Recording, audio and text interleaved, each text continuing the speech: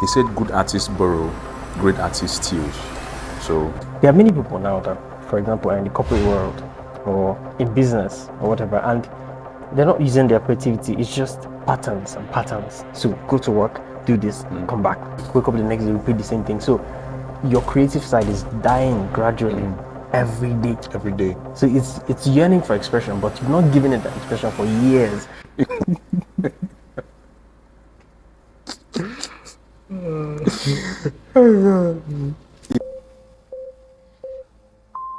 Hi, my name is Simon. Friends call me the art preacher. I'm an artist, a street performance painter, and also a designer. I'm the founder of Polka Dot Designs Company. Today we'll be talking about designs, storytelling, and art. What's up, guys? Welcome to a new episode. My name is Ikem Elvis, and today I'll be talking to Simon. We'll be talking about branding, we'll be talking about art, we'll be talking about the creative side of life. Welcome. Thank you. Good to have you on the show. Thank you. Branding. Most people a lot of people talk about branding, and mostly in the circle of people that do graphics design and stuff. So everybody's like, I brand and brand. So what is it exactly? Branding. I think branding is, people feel like it's perception. Branding is all encompassing.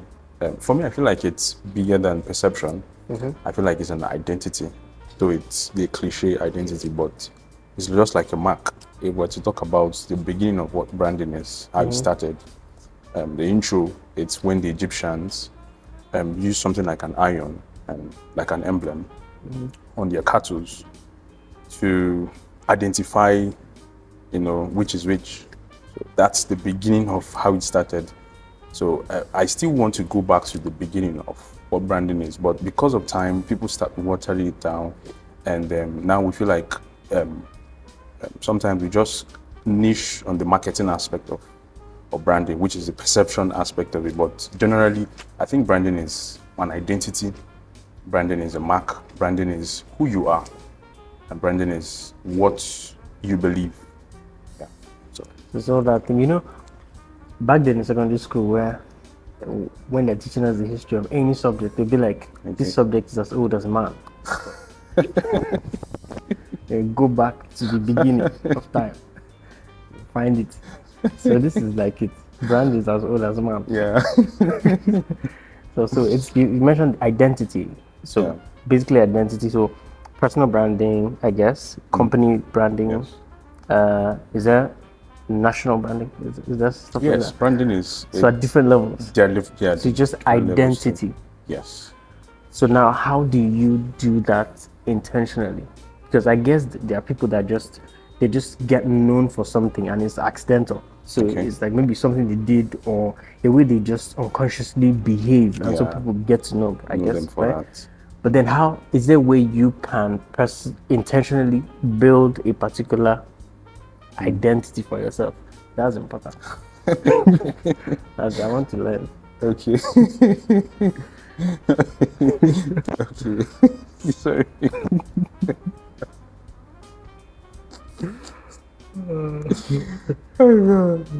Yeah, I think it's there is a way to that. So there are processes that will be involved. Let's say, for an instance, if you want to niche on personal branding, there are things you should consider. Branding is all about standing out.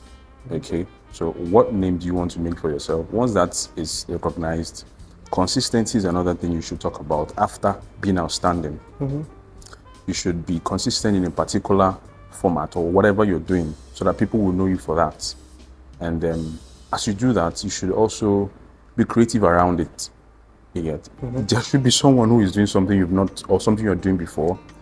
There's something about art that I actually learned recently. A great artist said this. I think I will find the name before the end of this conversation. He said, "Good artists borrow, great artists steals." So no one is an island.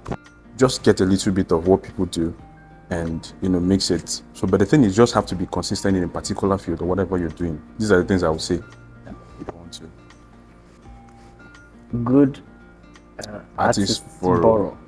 Great artists use. We're going to get into the art part because then you do arts and stage performances as well. So now, if you're going to start building, now I'm starting from a personal level because I guess everybody needs a brand.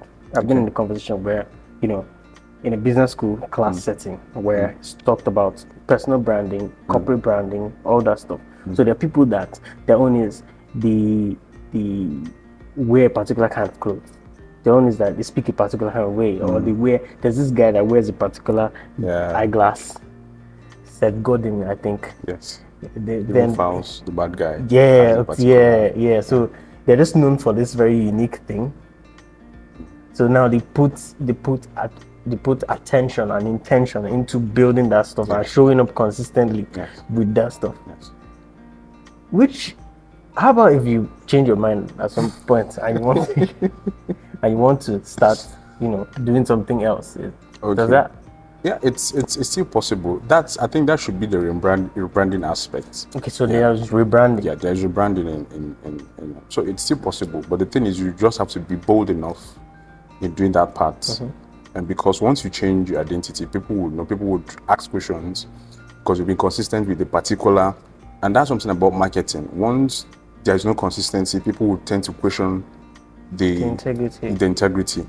So if at the point you feel like it's time to change or you want to, you should be bold enough to own it, to let people know, and also be intentional by telling everyone this is a new or the new normal, something like that.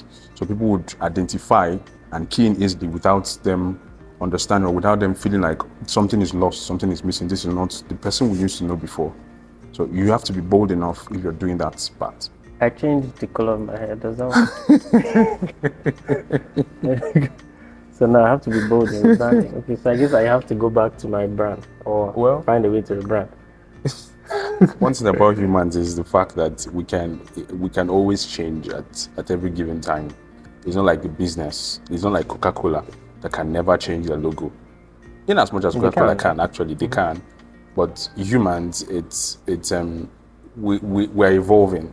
Yeah, we're evolving. We're always finding, new patterns and new things that work for us.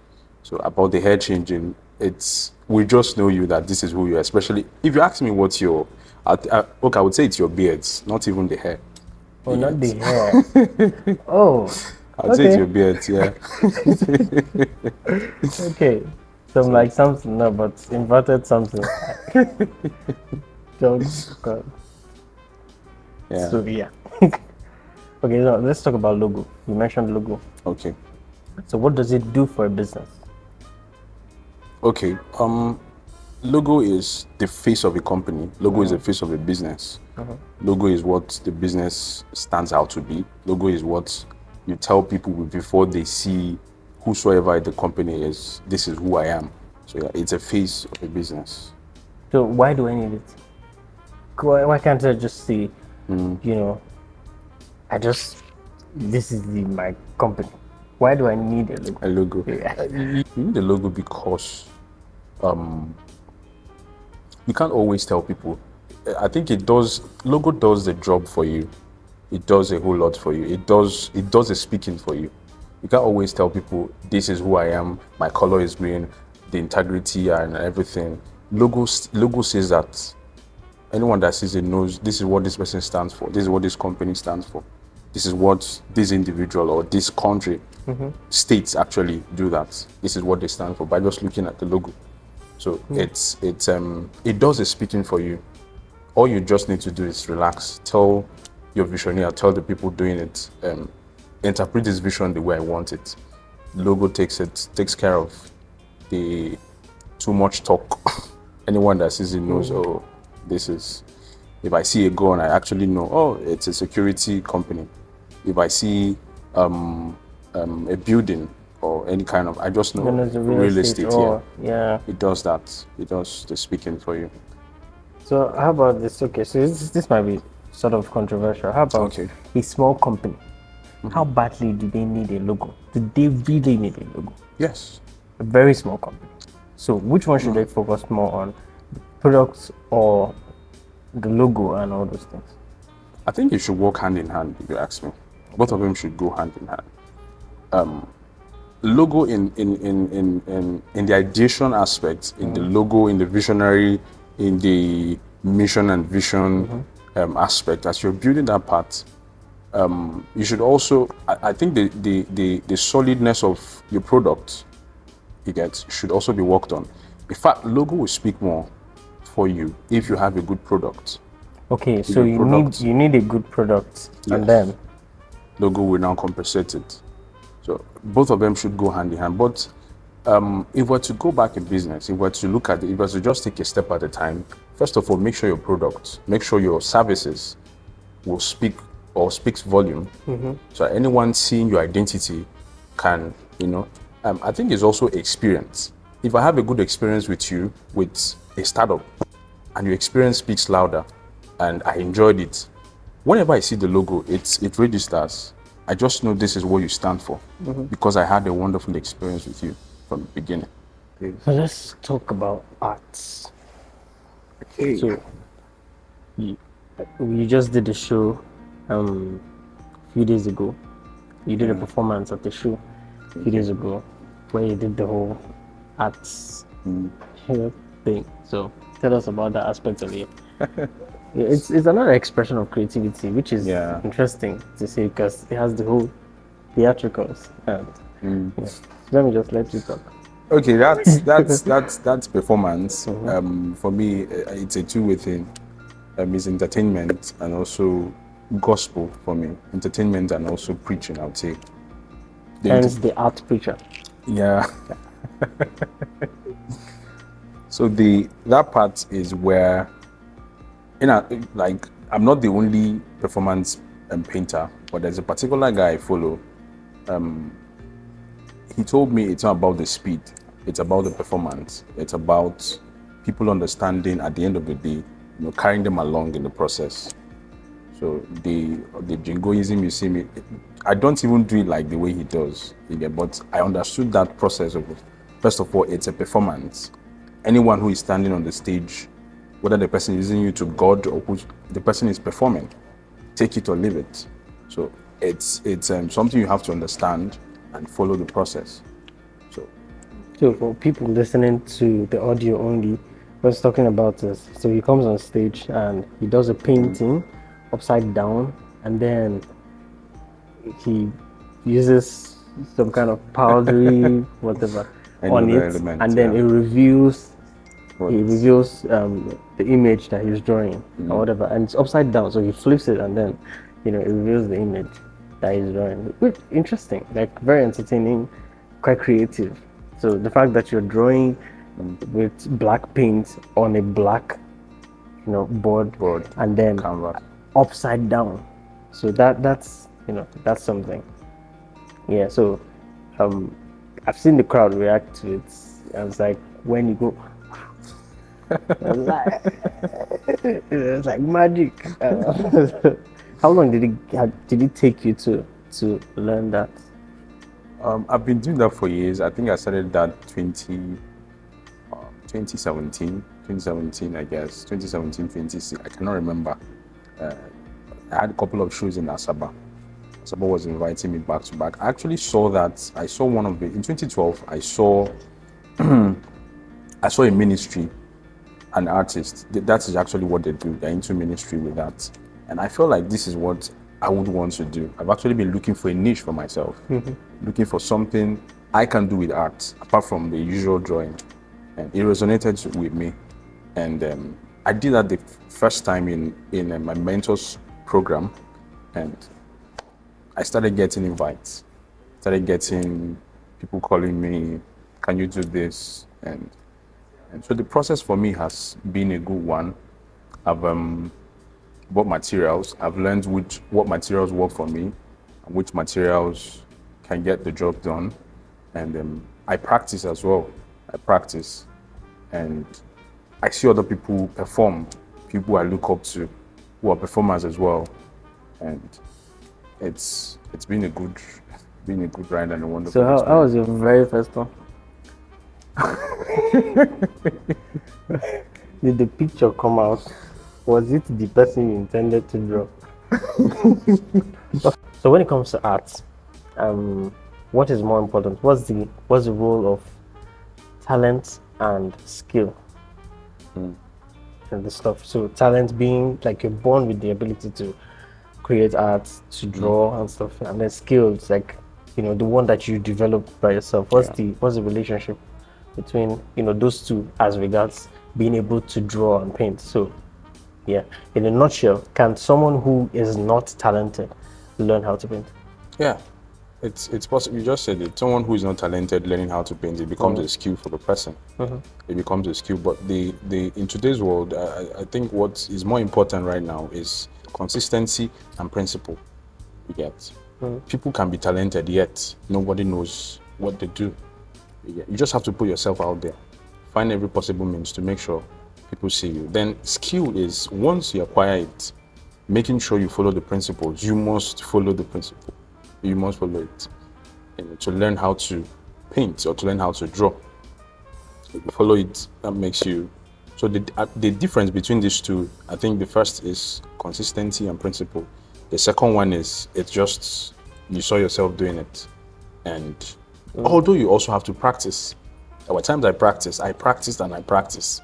In fact, a particular time when I started as a child, I love Mercedes-Benz so much that I will look at it, I'll visualize it. I love visuals. I'll visualize it so much that I'll go back and I'll draw it. Most times I do not get it. I still have to go back again. Whenever I say Mercedes or I snap it with, okay, those times where we didn't have cameras, but I did a lot of visualizations that period.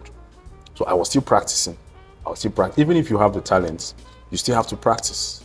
I think that's the similarity between the two, consistency and practice to get better. So how about paint and sip? You were talking about paint and sip. Yeah, paint and sip. Paint and sip, it's we realize that people can paint. Anyone and everyone can paint. It was a recreation for people. It was also therapeutic for others. I realized a lady, for her, it felt like this is a therapy for me. What I did was I'll give her an assignment or just tell her to paint.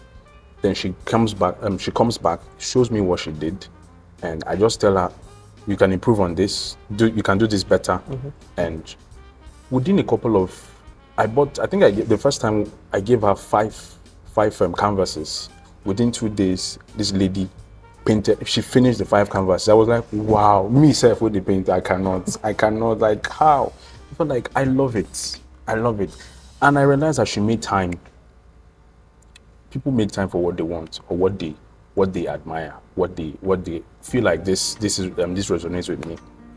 It's not everyone. In fact, there was a time, the very first paint and sip, okay, not the very first paint and sip, the second to the last, there was a particular guy. That was the first time I'm seeing this. This guy did not paint anything. I just knew this is not your thing. No need to be here. He didn't paint anything. It's just like, okay, he was just answering call up and down. He wasn't there. And his canvas, till today, he has not called for it. We told him, don't worry, we'll help you finish it, then return it. Till today, the canvas. So it's not his thing. I encourage people to venture into what they like. Venture into what makes you happy. It's very important in today's world. A whole lot of things is calling for people's attention. Business world, family, career. But after that, what's the next thing? What's the next thing you feel like this is an escape zone for me? People need that in today's world. It's like that lady you were talking about now. For most people, they have to go through life in places where they're not supposed to be. Because they're not exposed to certain things, they may not find that thing that really triggers their curiosity. And if they don't, they can stay in that confusion, trying to do different other things and not finally getting to that point. So this lady now experiencing that thing for the first time, it's like, man, this is my thing, and she just can't stop. Yes. It doesn't even something that you're not forcing it. It's like you can't stop. So it's because being in your flow, in your in your element. Yes, so to speak. element. Yes, that's the word. Yeah. That's the So, word. but then with kids and adults, who is it easier for you to teach? An adult, I would say. Okay. It's easier for me to teach an adult, Okay. but I find it interesting teaching kids because they ask silly questions which I find intriguing answering. But I also realize they have more time. Kids now, they are not caught up with a responsibility. Mommy is taking care of all that. Yeah. So they give you more time. So they can just focus on. They are more curious. They ask the questions. Adults are, as an adult, we just box ourselves mentally. Just follow. Don't ask any kind of question. Just do what he says. Yeah, sit properly. Do Yeah, everything. do that. But kids, I enjoy that. That state where they are, that they know they are free. They know they're free. Ask questions, make out time, check up on you at any time. And that enables them to learn. Yeah. Because it's like, they're just there, present. They're not thinking about any other thing. They can focus on that stuff and just figure it out. And the figuring it out is not even a do or die thing. It's like, it's fun. Let's figure it out because it's fun. It's interesting and stuff. So when we're adults, we're supposed to do certain things, and there's certain responsibilities and all this stuff. Which is sad because we were once kids. Of course. And then we're taught or programmed out of that freedom. Now we have to act in a certain way, say certain things, do certain things, which now limits our creativity. And people don't really understand how deep that goes. Yeah. Because there are many people now that, for example, are in the corporate world or in business or whatever, and they're not using their creativity. It's just patterns and patterns. So go to work, do this, come back. Go to work, do this, and that's life. So you wake up in the morning, repeat the same thing. Wake up the next day, repeat the same thing. So your creative side is dying gradually every day. Every day. So it's yearning for expression, but you've not given it that expression for years because you have to pay certain bills. And granted, yes, you have to pay certain bills. You have to, their responsibilities and all that. But come on, at the cost of that whole side of your life, and which for some people that's the main side of their life. But it's like, okay, in Nigeria now, you're coming up as an artist. There's a lot of struggle. You have to add something else. Otherwise, you're going to seriously struggle. At least till you get to a particular level. And that's just the sad reality of life. Some people never just break out of it. They don't. There's this particular quote that has been working for me by Pablo Picasso. I picked it up early in life as an artist. He said, good artists copy, great artists steal. So as an artist, stealing parts, people will feel like, but make sure nobody knows where you got it from. Yes. No matter the reason, do not show where you got it from. That's actually how life is. Nobody's an ocean. You find that whatever you are doing, somebody might have done a little bit of it, a fraction bit of it. It's which brings me to this part of first of all, you mentioned the stealing the ideas. Even I think it expresses itself in different parts of life, even with businesses. So you can see someone creating a product, and is a certain product, it does the particular thing. Someone comes along, takes that product, takes another different from a different industry altogether.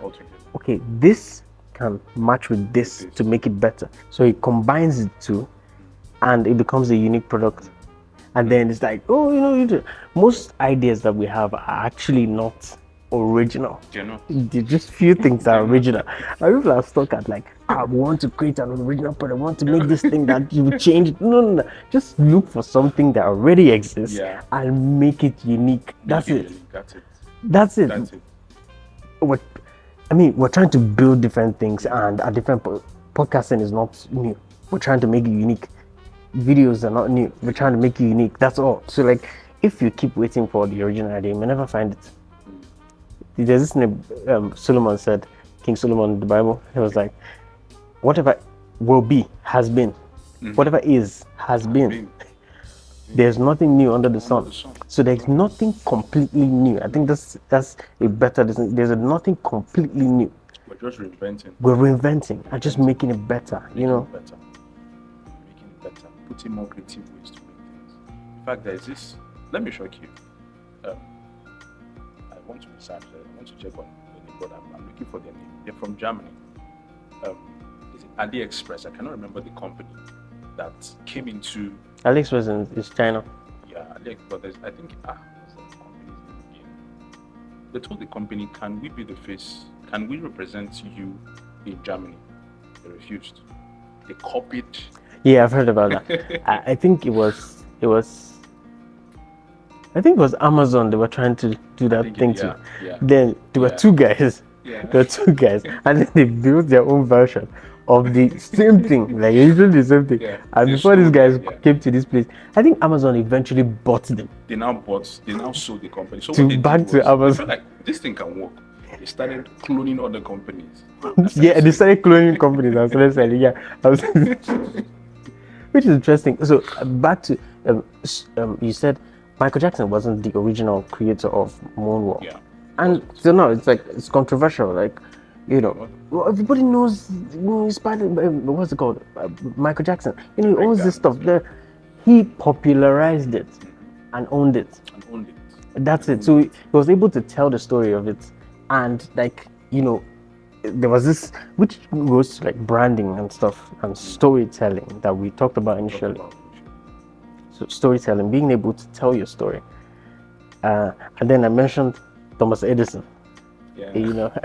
It's like he was trying to invent the light bulb, and then he tried 999 times and failed, and at the 1000th try he succeeded.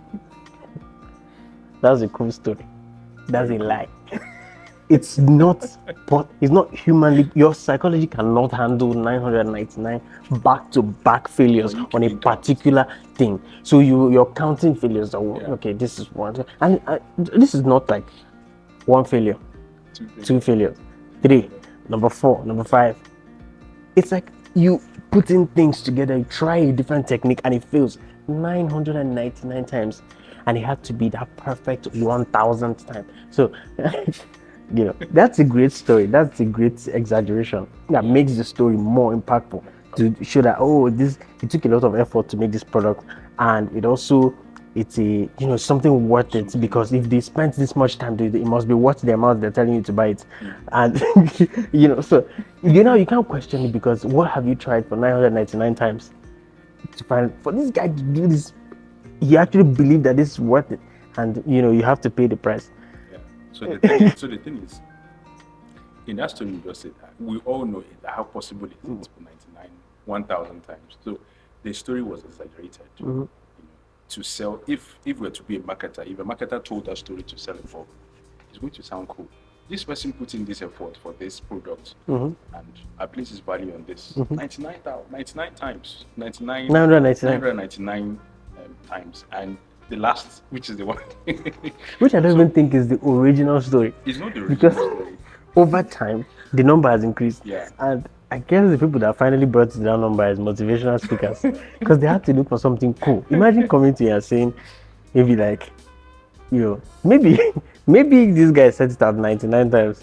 Maybe Thomas Edison actually set it out 99 times. Like, what number should we? 99. That would make sense. And then people now took it.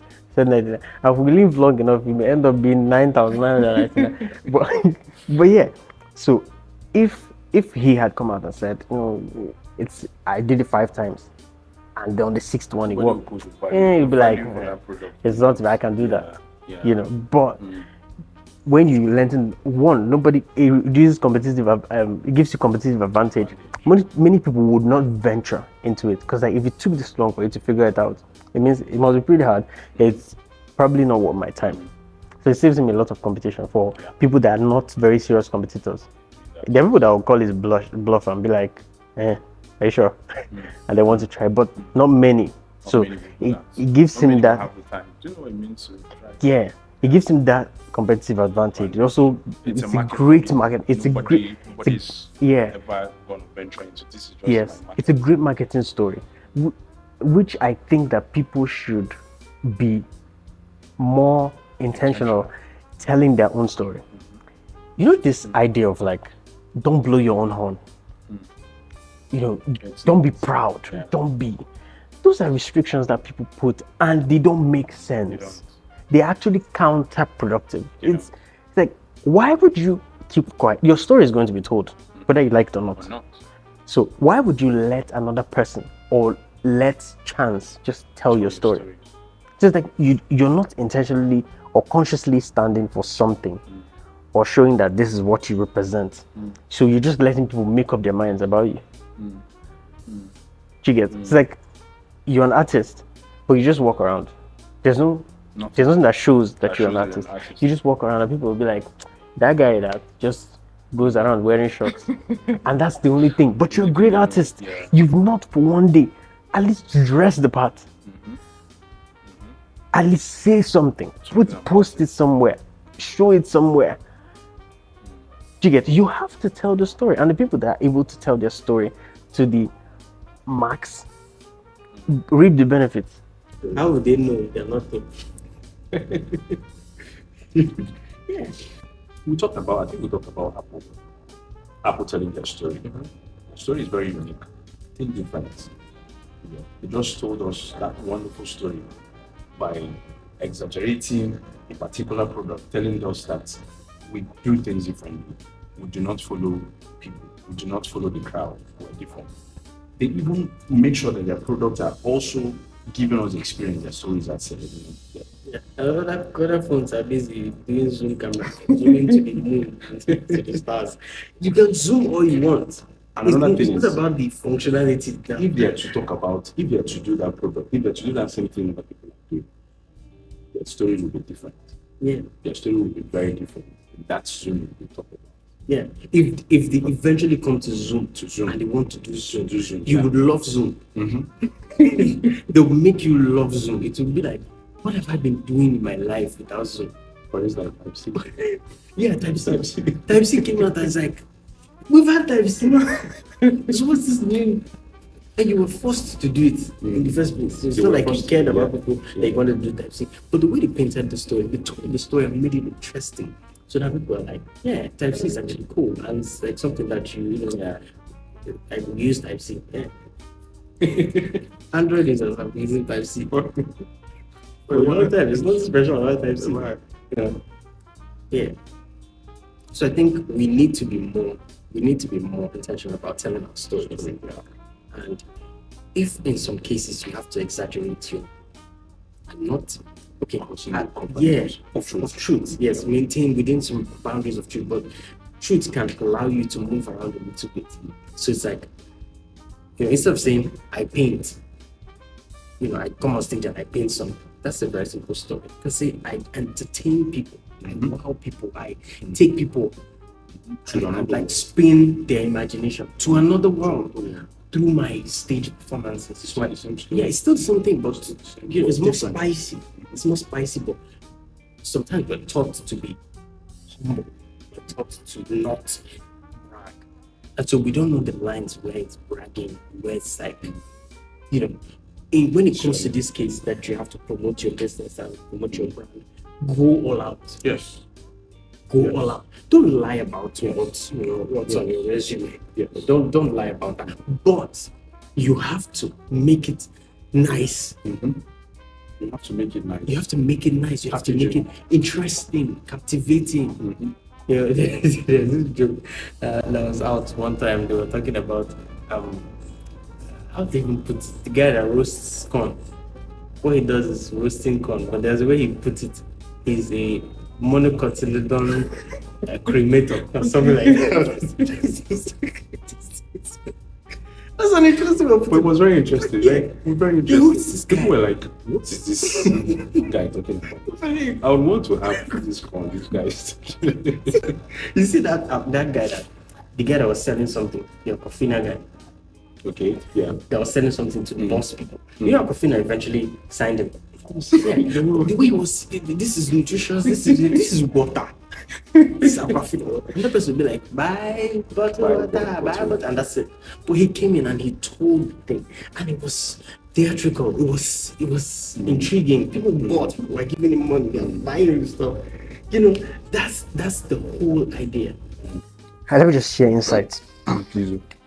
So, a couple of days ago, I came across a particular thing and it hit me. And it made me reevaluate a lot of things, including this podcast and Pentagon project and everything that I've been doing. So there are young people that want to start a business, and they want to start a business because they want to own a business. And that's the wrong thing about starting a business. Yeah. And also in like telling the story of a business, that's the wrong thing. It's not like, there's this fancy grammar for like what you do. Fancy grammar for, hey, where this, that, focused on this, that. It's fancy grammar. It's like, when they tell people to do that, maybe in a seminar, they teach them, you have to. No, I think what is important, people don't care about your product. People don't care about your company. They don't care about you. They care about themselves. Of course. So, first, what value are you giving them? That's it. Like, nobody cares about what you're intending to build. That's your business. That's your own ambition. How can I help? How can I serve? And see what the Bible says about that stuff. It said, the one that must be the greatest, let him be the servant. So it just made sense to me. Oh, so if I help you, if I serve you, that's how I get the benefits. That's how I become great. I need to serve you. So it's never about me. So I have to step out of my ego and my self, and help you. So if I help you, so it's like, how can I serve? At every point, how can I serve? Those are the people that are important. Those are the ones that you call when you need stuff, when you need a project going. Who do you need? Somebody that can make things happen, that can help. Someone that can also give solutions. Yeah, to problems. I don't need you around if you're going to also be a problem. There was this project that we did, and we went there, and this was my own failure. We went there, and there was this record label we were trying to like help out and build and stuff. So there was artists they were introducing, and we're doing radio tours and all that. And I went there feeling special, bringing a few ideas here and there, but like feeling special. I need to be treated well. That was stupid. That was really foolish to do. I needed to be there and help them achieve that goal that they wanted to. Make sure that the money they're spending on bringing me in and hiring, getting my services is worth their time, is worth the money. Helping them from point A. It wasn't about me. It's not about me. It's about the idea they're trying to actualize. That's what it is. So if my company isn't helping you, I don't have a business coming around you. You just look at me and be like, but if I'm helping you, funny enough, even if you don't like me as a person and I'm helping you, you may not like down the table. You're going to use the cement if you want to build. That's it. So tell us about Polkadot. Polkadot Design is a unique branding and design company. We niche down on helping especially startups. You actually realize that most people do not know what they want. They just come and tell you, I just need this design. I want this. I saw this. Can you help me? What we do is we help you scale the idea and place you on a pedestal that you stand out and you're unique. You're different from every other person. You're not like the Coca-Cola competing with Pepsi. These two companies are competing, but they're different. In as much as their product tastes alike, but their stories are different. We use design to tell people's story in a unique way and scale the ideas. So even if you're not there, that the story that the design is telling is still as loud as possible. All right. So where can we find you online? Okay, you can find Polkadot. We're on Instagram and we're on Facebook, especially. On Instagram, Polkadot_design_. On Facebook, Polkadot_design as a word, Polkadot as a word, then design, Polkadot as a word, space design. Okay, so how about your own personal page for the art sense? Okay, the art preacher on Instagram and also the art preacher on Facebook. And also we have, I have a Behance account if you want to follow me to check up some of our works as well. But this, it's my name actually. OSONDU Chukwemeka Simon. Or the art preacher as well. Behance. All right, guys. I hope you enjoyed this episode. We had lost some footage while we were shooting. Very sad. There were a lot of things that were said there, and yeah, hopefully another time we were able to like get back and do some to try to cover up. But you know, it is what it is. Sometimes you run into some of the technical issues and all that. So this is the number 10 episode. Yeah, milestone. So little wins and everything. Yeah, we're going to keep going. We're not stopping. We're going to keep going and try to improve as we go. If there's something that you think, an area we think we need to work on, you can please send us a DM, leave it on the comments and whatever, and we will, we'll be glad to receive reviews like that. Thank you very much. So yeah, I'd like you to subscribe, share this video if you found it useful, if you found it educating. So see you again in the next episode.